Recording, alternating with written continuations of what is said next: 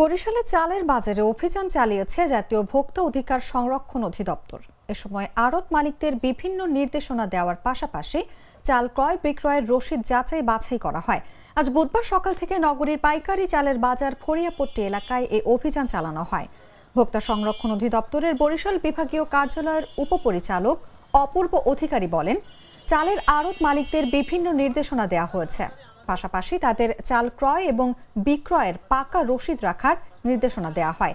কোনো দুষ্কৃতিকারী যদি সিন্ডিকেটের মাধ্যমে দ্রব্যমূল্য বৃদ্ধি করে তাদের বিরুদ্ধে খুব দ্রুত সময়ে আইনি ব্যবস্থা নেওয়া হবে।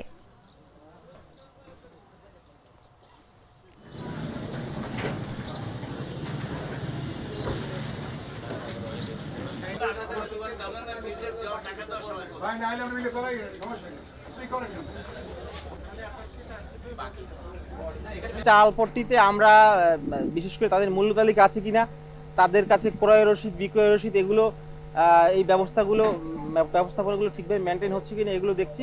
মূলত এই জায়গায় একটু ত্রুটি রয়েছে। তাদের দেখা গেল যে তারা যে দামে বিক্রি করছে সেই তালিকার সাথে ভাউচারের মিল নেই। তো এই কিছু কিছু ছোট ছোট ত্রুটি রয়েছে। তো এইগুলো আমরা সতর্ক করেছি। আজকে তাদেরকে আমরা সতর্ক করেছি এবং আগামীকালকে তাদেরকে নিয়ে আমরা সভা করব আমাদের ভোক্তা অধিকার অফিসে। এবং তারপর থেকে আমরা যেহেতু তারা একটু সময় চেয়েছে, একদিন দুই দিন, এর মধ্যে তারা ব্যবস্থাপনাটা ঠিকভাবে করে ফেলবে এবং তারপরে আমরা এরপরে যদি আইনের কোনো ব্যত্যয় ঘটে তখন আমরা আইনানুগ ব্যবস্থা গ্রহণ করব। আর আমরা যেগুলো দেখলাম, বিশেষ করে সরু চালের দামটা একটু বেড়েছে গত এক মাসের তুলনায়, এবং সেটার বাড়ার কারণ হচ্ছে ওনারা যেটা বললেন যে তারা চাল কম পাচ্ছেন। বৈশাখ মাসে ধানটা হয় সেটা এখন তো বৈশাখ মাস না, এখন পৌষ মাস।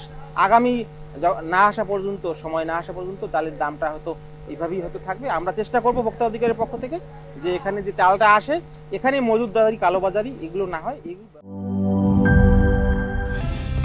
কালার এক্সপার্ট, জর্জ স্যাপ এবং মাইল্ড অন হ্যান্ডস টেকনোলজি সমৃদ্ধ অরিক্স ক্রিস্টাল ওয়াশ আপনার লন্ড্রি এক্সপার্ট।